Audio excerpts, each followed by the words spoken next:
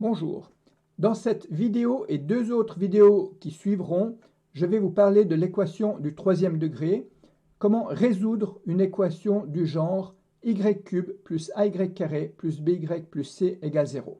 Si on avait un coefficient devant le y³, on diviserait par ce coefficient pour se ramener à cette équation. Dans cette vidéo, je vous donnerai des solutions explicites et exploitables. Dans une seconde vidéo, je vous donnerai des exemples. Et dans une troisième vidéo, je vous montrerai comment on a obtenu ces solutions. Je m'éloignerai un tout petit peu du standard qui se ramène normalement à une équation du genre x³ plus px plus q égale 0. Ici, j'ai changé un tout petit peu, donc ça changera un tout petit peu les définitions des coefficients p et q, mais dans le but de simplifier la définition du discriminant et la solution. Donc, on part d'une telle équation et je me limiterai au cas A, B, C des nombres réels, même si ce que je fais serait valable aussi pour des nombres complexes. Il y aura des petites complications si on avait des nombres complexes ici. Alors on définit P égale A carré sur 9 moins B sur 3 et Q égale A fois B sur 6 moins A³ sur 27 moins C sur 2. Pour l'instant, ce n'est pas très important ce qui est ici et ici. Ensuite, on définit le discriminant, delta égale q carré moins p³. Et finalement, les solutions, elles sont assez simples à écrire. X égale racine cubique de q plus racine de delta plus racine cubique de q moins racine carrée de delta. Mais cette écriture n'est pas très satisfaisante. D'abord, il n'y a qu'une seule solution. On n'en a pas trois. Or, usuellement, on a trois solutions d'une équation cubique. Et que se passe-t-il lorsque delta est négatif? Lorsque delta est négatif, on a une racine carrée d'un nombre négatif, ça va faire apparaître des nombres complexes. Et donc, on doit calculer une racine cubique de nombres complexes. Comment est-ce qu'on fait cela? Là, on va voir ça par la suite. Premier cas, le cas où delta, qui vaut q carré moins p³ vaut 0. Donc, dans ce cas-là, on a deux solutions réelles et une qui est une racine double. La première solution, la première racine, c'est x égale 2 fois racine cubique de q. On voit comme delta, le discriminant est nul. Eh bien, on a cette solution. Et on a une racine double qui est x égale moins racine cubique de q et qui est donc de signe opposé à la précédente.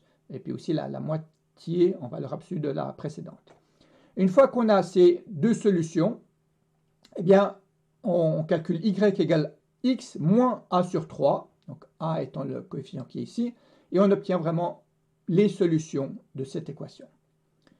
Donc ça nous donne déjà une manière de savoir si on a une racine double ou pas, en calculant le discriminant. Deuxième cas, alors allons ici, le cas où le discriminant q carré moins p³ est positif. J'ai juste réécrit l'équation là derrière. Donc dans ce cas-là, on a une solution réelle et deux solutions complexes qui sont complexes conjuguées. Alors pour simplifier un petit peu l'écriture, je vais noter racine cubique plus comme étant la racine cubique de q plus la racine carrée de delta. Vu que delta est positif, il n'y a pas de problème. Racine carrée de delta, on peut le calculer et donc on peut calculer cette racine cubique.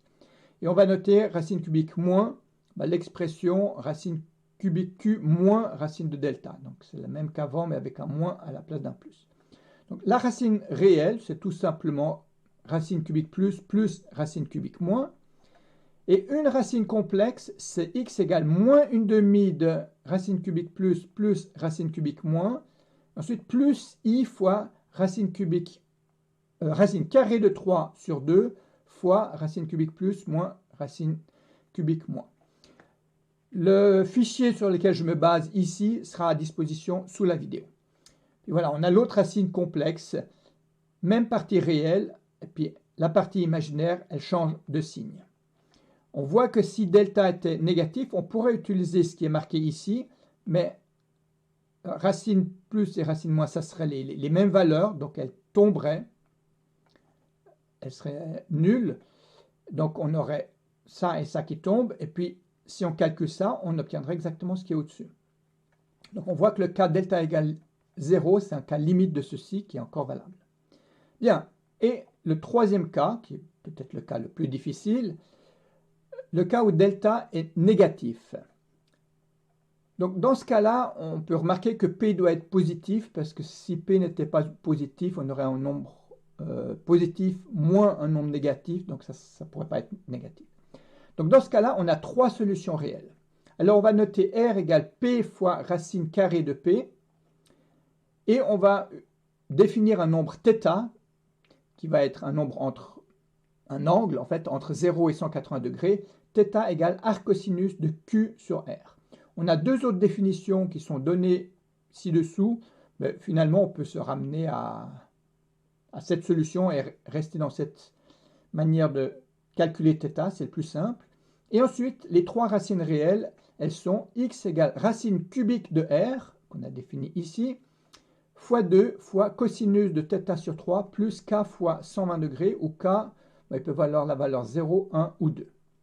Et une fois qu'on a le x, on calcule y comme x égale x moins a sur 3, donc y égale x moins a sur 3, et ça vous donnera la solution ou les solutions de l'équation d'origine.